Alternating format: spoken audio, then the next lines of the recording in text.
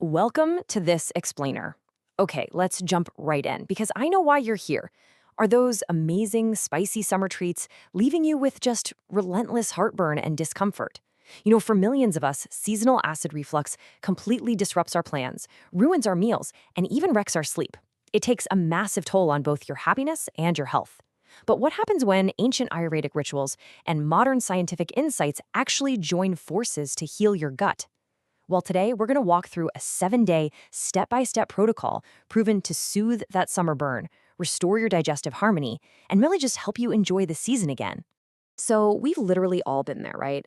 Late summer nights, maybe a few too many grilled heavy foods, an extra margarita, and then bam, the burn hits. And it's not just a minor annoyance. When acid reflux strikes night after night, it becomes a massive roadblock to just feeling good. But to actually fix it for good, we first need to peel back the curtain and understand the real biological reasons why this is happening inside your gut right now. And here's where it gets super interesting. Modern science totally reframes how we think about acid reflux. You've probably seen all those trends online obsessing over acid-base balances or alkaline water. But Dr. Mike points out that it's actually way simpler, and it comes down to a hormone called gastrin. Take your morning coffee, for instance. It's not necessarily the acidity of the coffee that's the main culprit. It's the bitter taste. That bitterness directly stimulates the release of gastrin, which then commands your stomach to aggressively crank up its acid production. It's all about the biological triggers. Now add our hectic lifestyles into the mix, and it gets even deeper. Health expert Thomas DeLauer brings up a crucial point here. When you combine a lack of sleep with all that on-the-go summer stress, your body pumps out a stress hormone called noradrenaline. And what noradrenaline does is it literally constricts the blood vessels in your stomach. Why is that a big deal? Because that constriction completely halts the production of your stomach's protective mucus layer. So without that crucial shield, the acid just starts burning right into the stomach wall. Okay, so how do we actually fix this without going on one of those super strict, punishing diets that just stress us out even more? Well, we're going to bridge the gap. We're taking modern Western gastroenterology, which looks at things like the microbiome, the nervous system, and cortisol, and we're merging it with ancient Ayurvedic principles. Ayurveda focuses on your inner climate, your life force, or prana, and your digestive fire. By blending these two amazing perspectives, we get this incredibly effective, holistic way to heal your gut without the alarmism. So let's start with a really beautiful foundational concept from Ayurveda that Dr. Hansaji talks about. It's called Agni. You can think of Agni as your digestive fire. It's like a literal campfire inside you.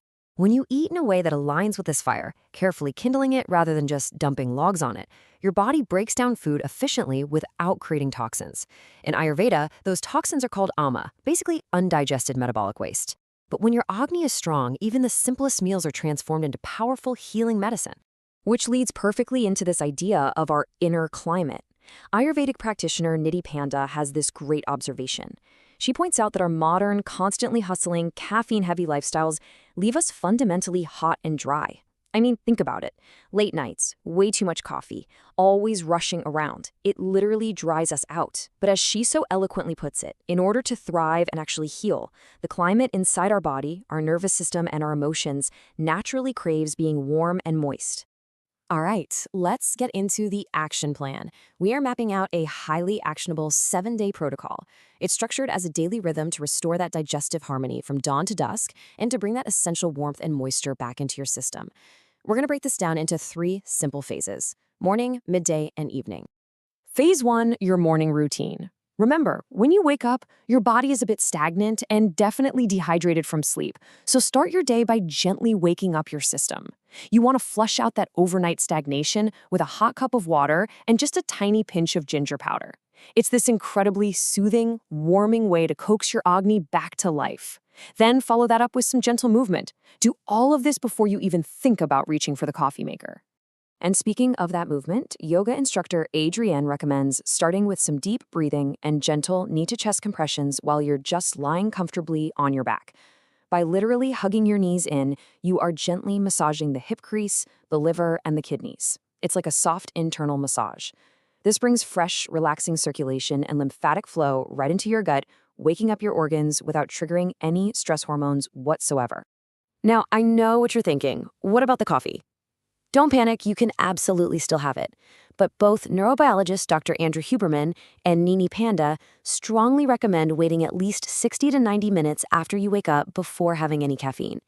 If you blast your system with black coffee the very second you open your eyes, you're shocking your nervous system, spiking your cortisol, and instantly creating that hot and dry environment we want to avoid. Just give your body that 90 minutes to hydrate and wake up naturally first. Moving on to midday. Dr. Hansaji advises aligning your eating habits with nature. And honestly, the biology backing this up is fascinating. Since we are diurnal mammals, our digestion is actually at its absolute strongest at midday. Your internal agni perfectly mirrors the sun in the sky. When the sun is at its absolute peak, so is your ability to digest food. So naturally, this is the perfect time to eat your heaviest, most indulgent meal of the entire day. Now, if you are actively fighting the summer burn right now and dealing with severe reflux, Thomas DeLauer has a great tip. He recommends adding these 3 specific foods to that midday meal. First, red split lentils. They're super easy to digest and very calming for the stomach. Second is parsley, which is a natural acid neutralizer that's been used for thousands of years. And finally, a splash of apple cider vinegar, which sounds ironic, right? But this mild acid actually signals your body to slow down its own natural overproduction of stomach acid. It's a neat little biological hack. To support that digestion even more, try the Ayurvedic practice of blooming gentle spices. Instead of reaching for harsh, hot chili peppers that are just going to cause more inflammation, go for spices like cumin, fennel, ginger, and cardamom, and bloom them in a really good, nourishing fat like ghee or olive oil. Doing this adds that essential warm and moist quality directly to your meal, beautifully kindling your digestive fire without, burning the whole house down. But hey, it's not just about what you eat, it's very much about how you eat. Nidhi Panda has this technique called the spoon down method, and it is a total game changer. Here's how it works. Take a bite, put your spoon down on the table, notice the texture of your food, and then just gently exhale through your nose before you take the next bite. That single, simple exhale instantly shifts your body into a parasympathetic rest and digest state. It drastically improves your digestion and cuts down on cravings because your body actually has the time to register that it's being nourished. Oh, and a super important rule on hydration from Dr. Hansaji: hydrate away from your meals. Gulping down ice-cold water while you're chewing literally extinguishes your agni. It just puts the fire right out. So instead, try sipping on some warm jeera or cumin water about 30 minutes before and then again 30 minutes after you eat. The golden rule here is before and after, but absolutely never during. This completely primes your stomach end lines and keeps everything perfectly balanced. Okay, so as we transition into the evening, things start to slow down. By the time the sun starts setting, your body's ability to process heavy foods and sugars just drops off a cliff. Your insulin sensitivity naturally plummets. To sync up with this biological reality, you want to enjoy a light, warm supper around 6:30 p.m. Think cozy things like warm soups or stews. This lets your body gently wind down and transition into the night without having this massive, heavy backlog of undigested food just sitting there in your stomach. This next point might actually surprise you, especially if you're used to those super strict low-carb diets. If you're someone who feels wired, anxious, or just tosses and turns at night, Dr. Huberman points out a brilliant scientific workaround. Adding clean, starchy carbohydrates, like some rice or maybe potatoes, to your evening meal can actually lower your stress hormone, cortisol. Those carbs cause a very slight elevation in your blood glucose, which sends this comforting little feedback signal to your brain to just turn off the cortisol alarm, helping you finally calm down. And to really seal the deal on your digestion for the day, try chewing on a few roasted fennel seeds after dinner. That slightly astringent taste is a physical signal to your body that food intake is officially over. From there, it's all about winding down. Dim those artificial overhead lights so you stop suppressing your natural melatonin and really aim to be asleep by 10 p.m. 10 p.m. is the magic hour when your body's crucial metabolic repair window opens up. Why is hitting that 10 p.m. mark so critical? Well, it turns out your gut bacteria actually have their very own circadian rhythm too. Dr. Mike highlights that poor sleep doesn't just make you feel brain fogged and tired, it directly harms your gut. When you stay up super late, you disrupt their natural cycle, throwing your whole microbiome completely out of whack. And that is exactly what leaves you prone to awful bloating and inflammation the very next day. As you start putting this daily rhythm into practice, there's something incredibly important I want you to keep in mind. True healing relies entirely on grace and harmony, not punishing restrictions. Those punishing diets, they run on guilt and stress. And as we've already learned, stress just spikes your noradrenaline and makes the acid burn so much worse. The 7-day reset is a much kinder, gentler approach. You're finally working with your biology instead of constantly fighting against it. Gastroenterologist Dr. Pal has a beautiful reminder for us. perfection is never the goal. So if you slip up and have a late-night summer treat, do not panic and please do not feel guilty about it. Guilt literally is stress, and your brain and your gut respond best to a stress-free environment. Just wake up the next morning, sip your warm ginger water, and calmly get right back on track. No big deal. Nitty Panda echoes this exact sentiment, and I just love how she puts it. She assures us that our bodies are unbelievably resilient.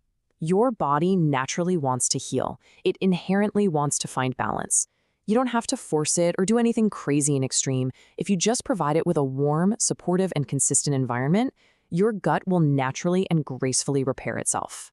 So you now have the ultimate blueprint. By merging the exactness of modern science with the timeless, natural rhythms of Ayurveda, you have everything you need to soothe that summer burn and restore your absolute joy of eating.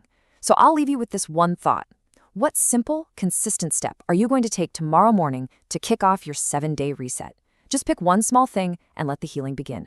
Thanks so much for joining me on this explainer, and I'll catch you in the next one.